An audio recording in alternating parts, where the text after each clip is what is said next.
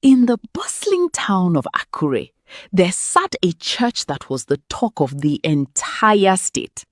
It was called the Citadel of Heavenly Wonders. The church was led by a man named Pastor Ezekiel, a man whose presence alone could quiet a room of 1,000 people.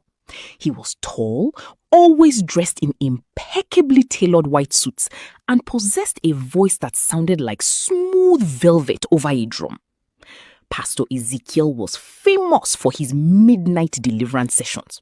He claimed that the Spirit of the Lord only moved for the daughters of Zion in the quietest hours of the night. His rule was strict. These prayers were for women only, and they had to happen between the hours of midnight and 2 a.m. No husbands, no brothers, and no sons were allowed within the church compound during these hours. The townspeople did not question it. After all, women who had been barren for 10 years were suddenly carrying twins. Sisters who had been looking for husbands for a decade were suddenly sharing wedding invitations. To the congregation, Pastor Ezekiel was not just a man, he was a direct line to heaven. Among his most devoted followers was Sister Martha. Martha was a widow who worked 3 jobs to keep her 7-year-old daughter Chidera in a good school. Martha believed that her financial struggles were a spiritual attack, and she spent every Friday night at the midnight deliverance session hoping for a breakthrough. Chidera was a quiet, observant child. She had large, intelligent eyes that seemed to see things adults often missed. Because Martha had no one to leave her with, she would bring Chidera to the church. The little girl was instructed to sleep in the small, cramped Sunday school office while the mighty move of God took place in the main sanctuary. Watch out. One Friday night, the heat in the small office was unbearable. The ceiling fan had stopped working, and the mosquitoes were singing aggressive songs in Chidera's ears. Restless and thirsty, she crept out of the office to find the water dispenser in the back of the sanctuary. The church was dimly lit, the only light coming from a few red candles flickering on the altar. Chidera walked softly on the heavy red carpet, her small feet making no sound. As she neared the heavy wooden doors of the inner vestry, she heard a sound that didn't resemble prayer. It wasn't the loud, rhythmic shouting of "Fire!" or "Fall down and die!" that she was used to hearing. It was a low, melodic chanting, a language she didn't recognize. Curiosity took hold of her. Chidera knelt and pressed her eye to the large, old-fashioned keyhole of the vestry door. Inside, the scene was not what she expected. Pastor Ezekiel was not standing with a Bible in his hand. Instead, he was stripped to his waist, his skin glistening with an oil that smelt like old copper and burnt herbs. In front of him stood Sister Blessing, a young woman who had recently joined the church seeking a job. But Sister Blessing was not praying. She was standing perfectly still, like a statue. Pastor Ezekiel held a large, ornate silver basin filled with a liquid so black it seemed to swallow the candlelight. He wasn't pouring it on her head for anointing. He was using a small, sharp feather to draw symbols on her shadow cast against the wall. As he drew, Chidera saw something that made her blood run cold. The shadow on the wall began to move independently of Sister Blessing. The shadow looked like it was struggling, trying to scream, while the real Sister Blessing stood with a vacant, glassy-eyed stare. Pastor Ezekiel was collecting the shadow struggle into a small glass jar. "Your beauty for my glory," Ezekiel whispered, his voice no longer velvet, but a harsh rasp. "Your strength for my longevity." Chidera gasped, her hand flying to her mouth. In the silent church, the sound was like a gunshot. The chanting stopped. Ezekiel's head snapped toward the door. Chidera didn't wait. She turned and ran back to the Sunday school office as fast as her legs could carry her, diving under the thin blanket and squeezing her eyes shut. A moment later, the door to the office creaked open. The scent of copper and burnt herbs filled the room. Chidera held her breath, pretending to be in a deep sleep. She felt a heavy presence standing over her. A hand, cold as a tombstone, touched her hair. "Little eyes should stay closed, Chidera," the pastor's voice whispered, "or they might see the angel of death coming for their mother." The door closed. Chidera did not sleep for the rest of the night. Over the next few weeks, the church continued to grow, but Chidera noticed a pattern. The women who went for the midnight prayers did indeed get what they asked for. Sister Blessing got a high-paying job at a bank within a week. Another woman, Sister Ifeoma, finally got married to a wealthy businessman. But they changed. Sister Blessing, once vibrant and full of laughter, became a shell. She grew thin, her skin lost its glow, and she walked with a heavy, tired gait. It was as if the blessing they received was being paid for with their very life force. Chidera tried to tell her mother, "Mommy, Pastor Ezekiel is a bad man. He steals shadows." Martha slapped her daughter, her face tight with fear and devotion. "Do not let the devil use you to blaspheme a man of God, Chidera. It is because of his prayers that we have food on this table. If you speak such lies again, I will report you to the children's department for discipline." Chidera realized she was alone. The adults were blinded by the miracles. They were so desperate for a way out of poverty and pain that they didn't care if the prophet was a wolf in expensive clothing. However, Chidera wasn't the only one noticing things. Brother Emeka was a junior deacon who had joined the church recently. He was a retired police officer with a sharp mind and a low tolerance for theatrics. He had noticed that the church's financial books didn't match the donations being made. More importantly, he noticed the declining health of the women in the midnight circle. Emeka saw Chidera sitting alone under a mango tree one Sunday after service. She was drawing in the sand with a stick. He walked over and looked at her drawing. It was a picture of a man holding a jar, and inside the jar was a screaming face.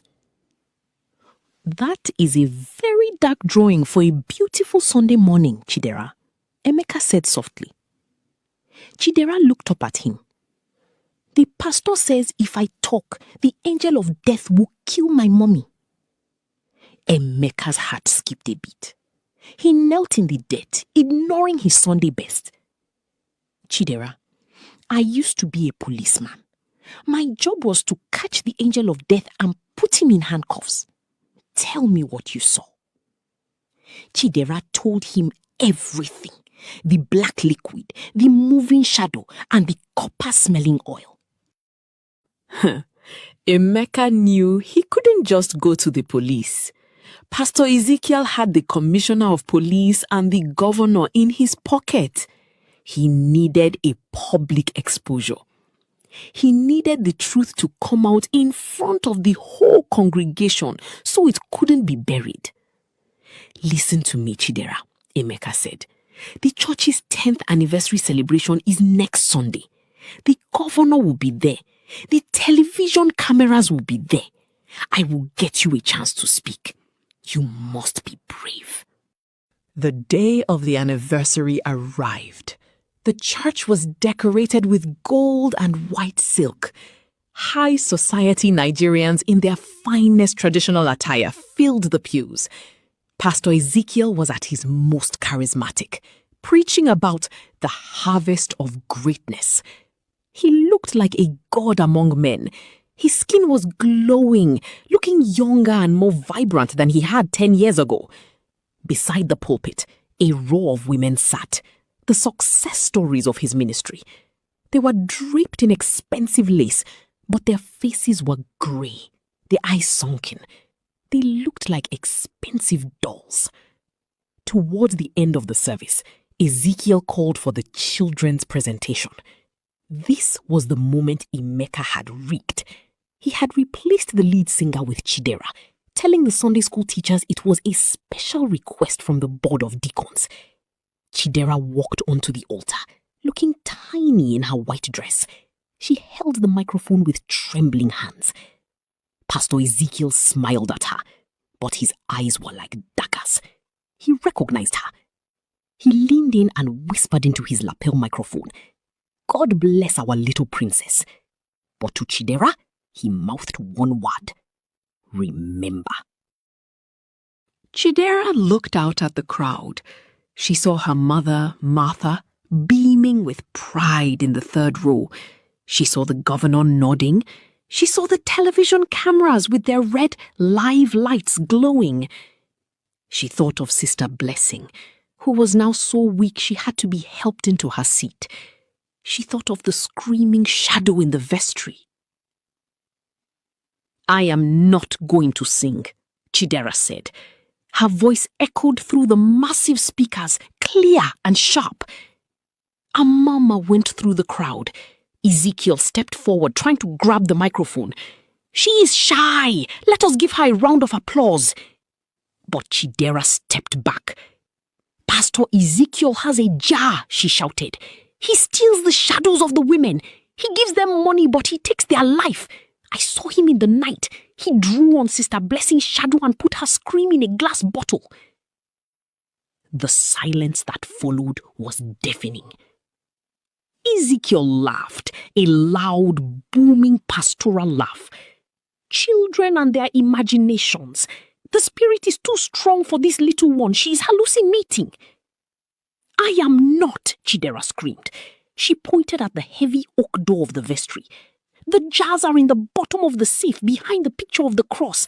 He drinks them to stay young. Look at the women. Look at their eyes. They are dying while he's shining." The congregation looked at the women. For the first time, they actually looked. They saw the skeletons draped in lace. Brother Emeka stood up. "As a deacon of this church, I demand that the vestry be opened. If the child is lying, we will apologize. But if she's right, we have a monster in our midst." The crowd, fueled by a sudden, collective realization, began to roar. The prophet's security team tried to block the way, but the sheer number of people was too much. The governor's own security detail, sensing a scandal of massive proportions, stepped in to maintain order and moved toward the vestry. They broke the lock on the safe. Inside, they didn't find Bibles or communion wine. They found rows of small glass jars, each labeled with a woman's name and a date. When the commissioner of police opened one, a sound like a distant, agonizing moan filled the room, and a cold, dark mist evaporated into the air. Pastor Ezekiel tried to run through the back exit, but he was met by a crowd of angry husbands and brothers who had finally woken up from the trance. The most shocking thing happened as the jars were opened. As each jar was unsealed, the women in the front row began to gasp. Color rushed back into their faces. Sister Blessing, who had been slumped in her chair, stood up straight, her eyes clearing for the first time in months. Pastor Ezekiel, however, began to wither. Without the stolen life force to sustain him, his divine glow vanished. His skin sagged, his hair turned grey, and within minutes he looked like a man of 90 years old, frail and trembling. The Citadel of Heavenly Wonders was closed that day. The building was eventually demolished and turned into a community hospital. Sister Martha held Chidera for 3 hours that night, weeping and asking for forgiveness. I was so hungry for a miracle that I almost let a wolf eat my child, she sobbed. Chidera just hugged her mother. The angel of death never came. The story became a legend in the town. It was a reminder that true faith doesn't happen in secret corners at midnight, and it never asks for your life in exchange for a bank account. Years later, Chidera became a lawyer, known for defending the vulnerable against those who used power to oppress. And whenever she walked past a church, she didn't look at the size of the building or the shine of the pastor's suit. She looked at the eyes of the congregation. For she knew better than anyone that the smallest eyes can see the darkest truths, and that the light of a single brave child can shatter a kingdom of shadows.